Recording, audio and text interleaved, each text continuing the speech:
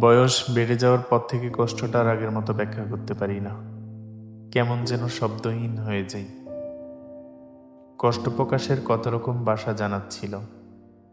কখনো চোখ দুটো টলমল করত, কখনো বুকে ভীষণ ব্যথা হতো, কখনো বিষণ্ণতায় মুখটা মলিন হয়ে যেত।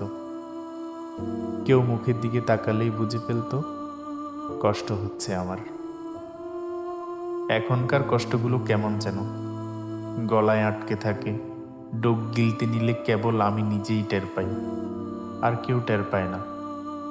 মাঝে মাঝে নিঃশ্বাস নিতে কষ্ট হয়। পৃথিবীর এত কোলাহলে ওই হাঁসফাঁসের শব্দটুকু শোনা যায় না।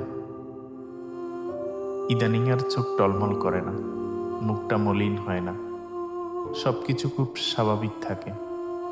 মুখে একটা হাসি লেগেই থাকে, কণ্ঠস্বরেও কোনো কষ্টের আঁচ থাকে না। কারো বোঝার কোনো সাধ্য নেই। মানুষ কখন অভিনয় শুরু করে জানেন? যখন তার সত্যিকারের রূপটাকে কেউ বুঝতে চায় না, কেউ গ্রহণ করতে পারে না। মানুষ কখন বোবা হয়ে যায় জানেন? যখন সে টের পায় তার প্রতিদিনের চিৎকার সবাই শুনেও না শোনার ভান করে গেছে রোজ। মানুষ কখন তার কষ্ট লুকাতে শুরু করে জানেন? যখন সে বুঝতে পারে তার কষ্ট তার কেবল একারই। বাকিদের কাছে সে কষ্ট ভীষণ ঠুনকো, ভীষণ তুচ্ছ।